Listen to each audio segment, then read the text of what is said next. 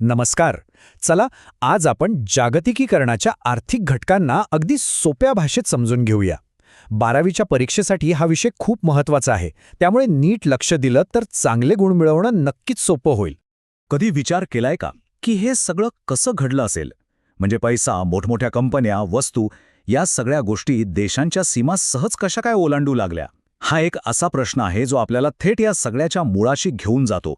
चला तर मग याचं उत्तर शोधूया. आज आपण या 5 महत्त्वाच्या मुद्द्यांचा आढावा घेणार आहोत. हे 5 मुद्दे म्हणजे जागतिकीकरणाला चालना देणारी इंजिनं आहेत. प्रत्येक मुद्दा आपल्याला या प्रक्रियेबद्दल एक नवीन आणि महत्त्वाची माहिती देईल.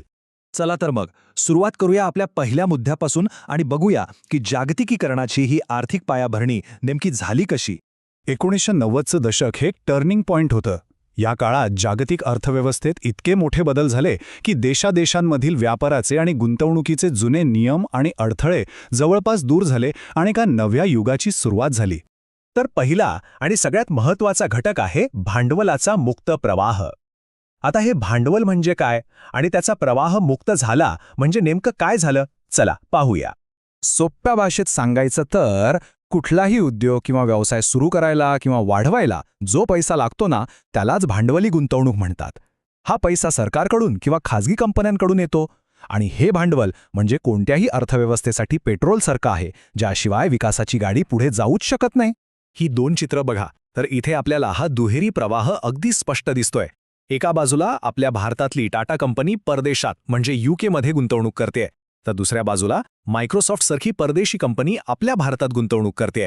म्हणजे पैसा देशाबाहेर पण जातोय आणि देशात येतोय सुद्धा. यालाच म्हणतात भांडवलाचा मुक्त प्रवाह. आज रिलायन्स आणि ONGC सारख्या आपल्या भारतीय कंपन्या जगभरात गुंतवणूक करतायत आणि मॅकडॉनल्ड सारख्या परदेशी कंपन्यांनी आपल्याकडे मोठी गुंतवणूक केली आहे. पण एक गोष्ट लक्षात घ्या, 1990च्या आधी हे चित्र पूर्णपणे वेगळं होतं. तेव्हा सरकारचे नियम इतके कडक होते की अशी गुंतवणूक करणं जवळजवळ अशक्यच होतं. ठीक आहे, भांडवलाचा मुद्दा तर कळला. आता वळूया व्यापाराकडे. व्यापाराचे नियम कसे बदलले आणि त्याचा आंतरराष्ट्रीय व्यापारावर काय परिणाम झाला ते पाहूया.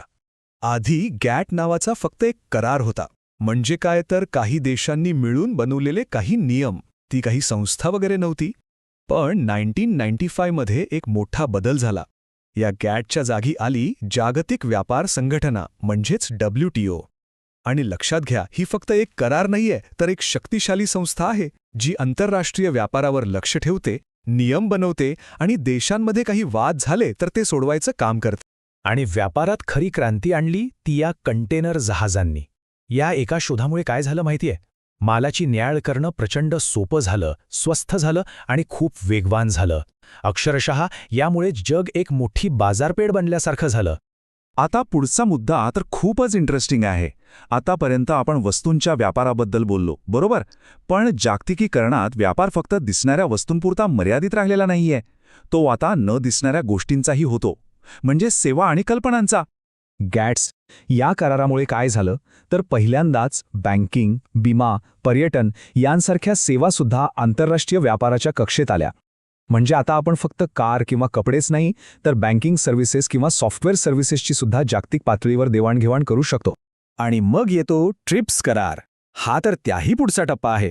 या करारामुळे माणसाच्या बुद्धीमधून तयार झालेल्या गोष्टींना, म्हणजे काय तर कल्पना, डिझाईन, एखाद्या ब्रँडचं नाव, या सगळ्यांना जागतिक स्तरावर संरक्षण मिळालं. यालाच आपण बौद्धिक संपदा म्हणतो. हे बघा, अमूलचा तो लोगो किंवा मॅकडॉनल्डचं नाव किंवा गुगल, ही सगळी बौद्धिक संपदेचीच उदाहरणं आहेत. किंवा समजा एखाद्या लेखकाने लिहिलेलं पुस्तक. या सगळ्या गोष्टींना ट्रिप्स करारामुळे जगभरात कायदेशीर संरक्षण मिळतं आणि त्यामुळेच त्यांचं आर्थिक मूल्य टिकून राहतं. चला आता आपल्या शेवटच्या आणि एका अत्यंत महत्त्वाच्या मुद्द्याकडे येऊया.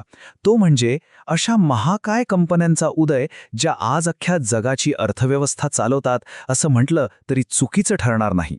बहुराष्ट्रीय कंपनी, ज्याला आपण इंग्रजी TNC म्हणजेच ट्रान्सनॅशनल कंपनी म्हणतो. म्हणजे काय तर अशी कंपनी जिचं हेड ऑफिस एका देशात असतं, पण तिचे कारखाने, तिची ऑफिसेस, तिचा व्यवसाय जगभरातल्या अनेक देशांमध्ये पसरलेला असतो. ही काही उदाहरणं बघा. एका बाजूला आपल्या बजाज, विप्रो, आदित्य बिर्ला यांसारख्या भारतीय कंपन्या आहेत ज्या आज ग्लोबल झाल्या आहेत, तर दुसऱ्या बाजूला नेस्ले, युनिलिव्हर, सिमेन्स यांसारख्या परदेशी कंपन्या आहेत ज्यांनी भारतात मोठा जम बसवला आहे. आता या कंपन्यांचे परिणाम दोन्ही प्रकारचे असतात. एकीकडे त्यांच्यामुळे देशात मोठ्या प्रमाणात रोजगार निर्माण होतो, नवीन टेक्नॉलॉजी येते, ही झाली सकारात्मक बाजू.